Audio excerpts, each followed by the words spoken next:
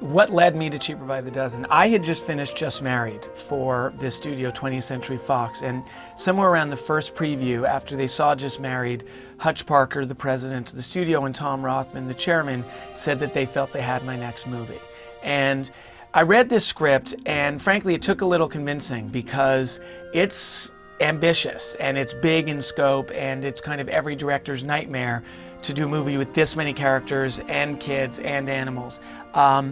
But they really kind of were vigilant in kind of, conveying the movie they thought this could be, and in assuring me that I'd be allowed to make it exactly the way I wanted. And that's the way it turned out.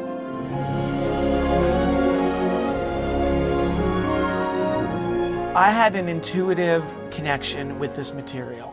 I really felt that I understood the two key aspects of Cheaper by the Dozen.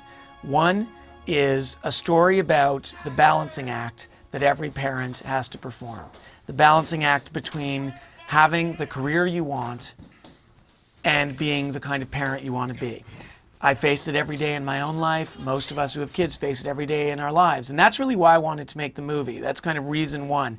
Reason two was I loved the bedlam of growing up in a house with 5 kids. I loved the volume, I loved the chaos, and I loved that it was kind of unruly and messy and not at all picture perfect, but somehow perfect still. So the kind of love letter to chaos that is Cheaper by the Dozen is very much a love letter to my own upbringing.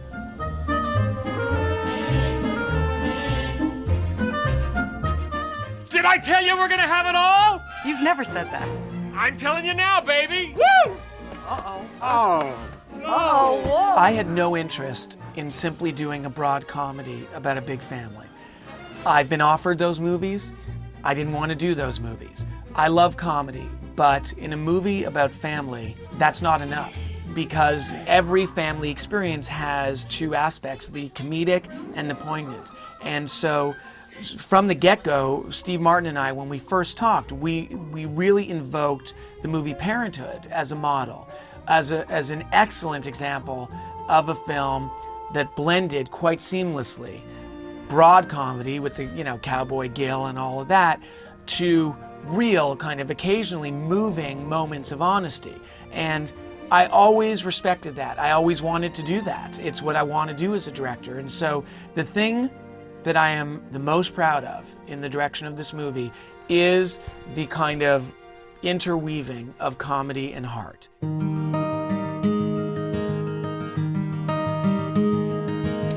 Hey, Mark.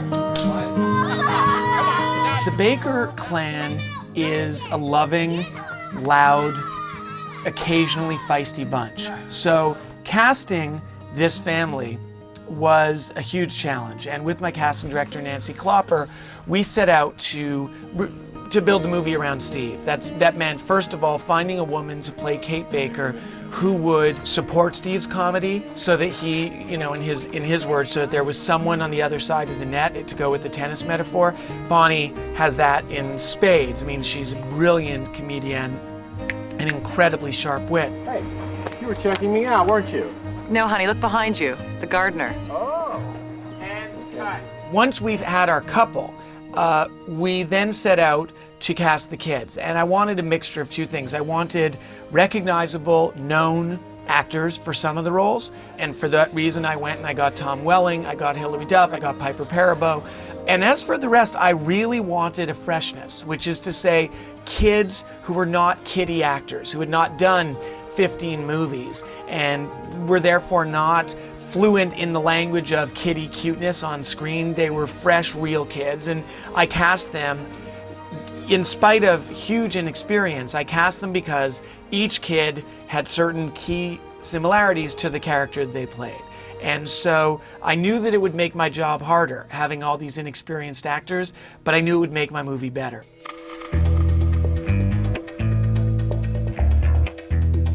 Before we ever shot a frame of film, we had rehearsals. And those rehearsals were much less about dialing in the scenes than they were about just getting this group of people to hang together, because there's like an ease of rapport that comes with just hours spent in each other's company. And you had to believe that these people weren't meeting for the first time.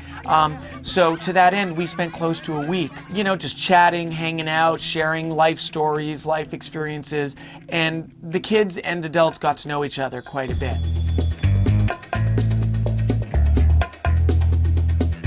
And one more time. Action, Hillary Duff. A family is a support system, Butch. Oh, and by the way, could he possibly utter one vanilla phrase without you comparing him to Stalin? Ring, ring. Oh, hi, Diane. Da, da, da. Sure, you could have 3 or 4 of them if you Okay, good.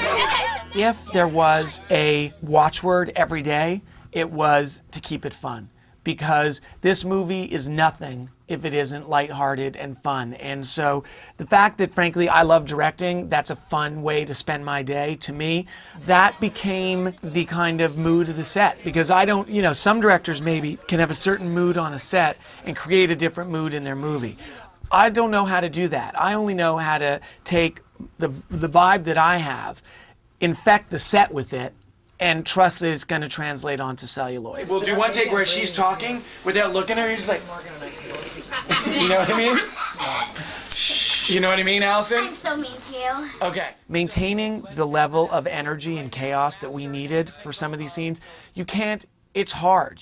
You're in a hot set. The lights are beating down on you. You have 14 actors in a scene. How do you maintain a certain pitch of energy? For me, sometimes it's me going, all right, let's go, here we go, and like just me being cheerleader. Okay, and you just finished grabbing for the frog and you're all screaming? But sometimes my voice has gone raw, or my own energy is sagging, so you play music, whether it's hip hop or rock or whatever it is. We played a lot of Missy Elliott on this set. We played just everything that worked to keep the vibe going.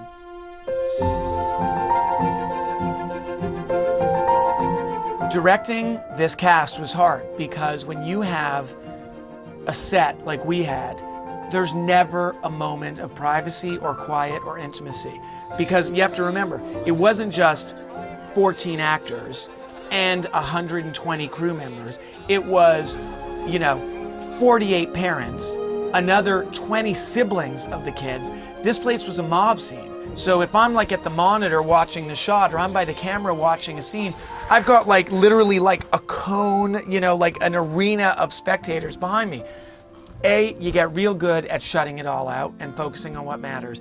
B, I would never give a direction en masse. I would never sit in my chair and go, okay, so Jake, if you could do blah, blah, blah, blah, because that ain't gonna work. First of all, you don't want to embarrass anyone. And also, one person's performance isn't always the business of another person's performance. So in other words, very often what I would do, whether it's with the adults or the kids, I would go onto the set and I would literally one by one take the people aside. And I just kind of quietly whisper my note in each actor's ear, whether it's Bonnie or Steve or the 5-year-olds. And so I did it one-on-one, no matter how crowded it got. There were times when even that would not work the way I wanted, and I would end up shooting certain pieces of coverage and then getting rid of people. So that at the end of the day, for instance, if it's the 5-year-olds, if there's 160 people on set and I have 5-year-old twins, to ask them to be focused, it's unrealistic. I certainly wouldn't have been focused at 5. None of us would have been. So very often with the younger kids who had never done a movie before, I would clear the set and it would just be me and the kids. And we'd just go back and forth and we'd stay there till we got it. And I found that less distraction definitely helped.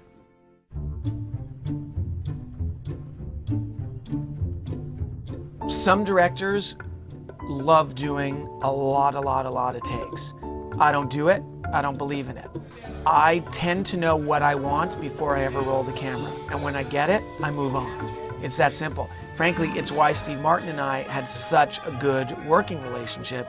Steve is a guy who's very prepared, wants his time respected, and once you get it, he wants to move on. And if you're going again, if you're going to do another take, he wants to know exactly why, and you better be able to articulate it concisely and clearly. Yeah, you want to protect it, you maybe want to do a different version, but I don't believe in going on fishing expeditions. And so we moved really quickly, particularly with kids. Kids do not get better on the 25th take. Generally, from the rehearsal on, kids are going downhill.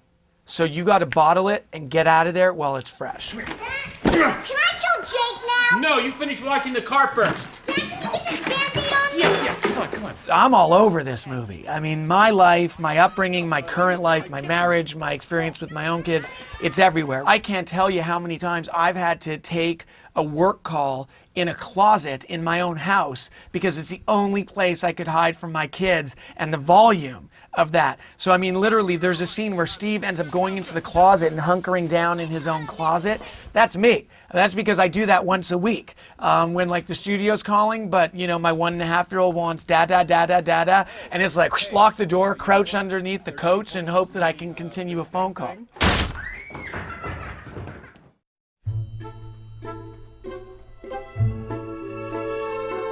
You can't do a movie with this many people and this many kids without getting a lot of help. Certainly my AD staff, my assistant directors were enormously helpful.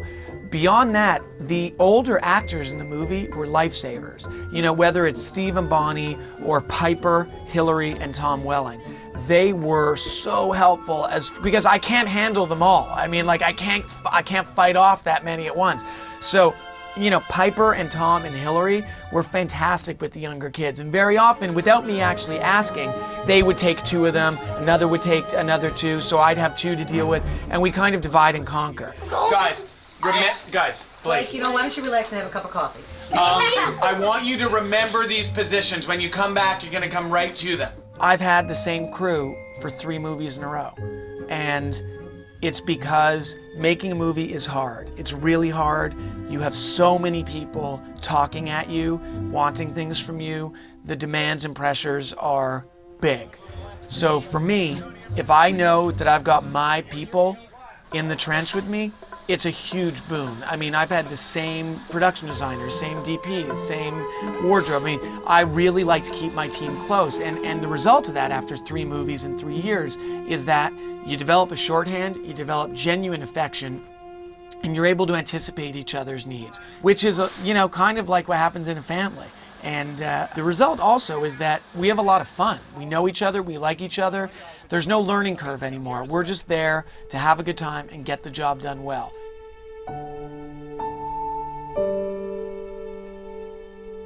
I learned a lot about myself making this film. The main thing being, I have reservoirs of patience that I never knew about. I don't know how I never cracked on this movie. It was really, really hard. There were times where literally a kid would say, I'm done. And we have 130 people standing around just needing this shot, and you have a 6-year-old saying, no, I'm done, bye, I want to go play. What are you going to do?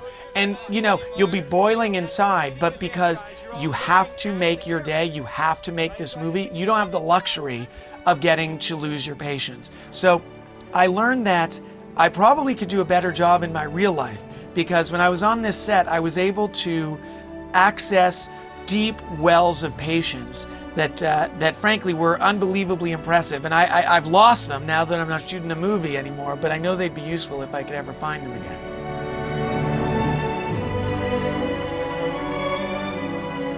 Family films have 2 meanings to me.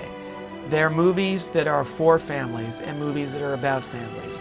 And it's an enduring genre because real life rarely affords us the time to take stock and appreciate and reflect on the things that are right in front of us. The thing that is most in front of us is our family. And so the idea that a movie can be a way of processing with gratitude the nature of family, what family gives us, I think that people want that. I think that people need that. And if you can do it in a way that points out the absurdities of family dynamics, the comedy that is to be found in everyday life, just in the way that we relate with our siblings, our parents, our kids, I think that that speaks to people in a really fundamental but deep way. And I think that that's why it's a genre that's not going anywhere.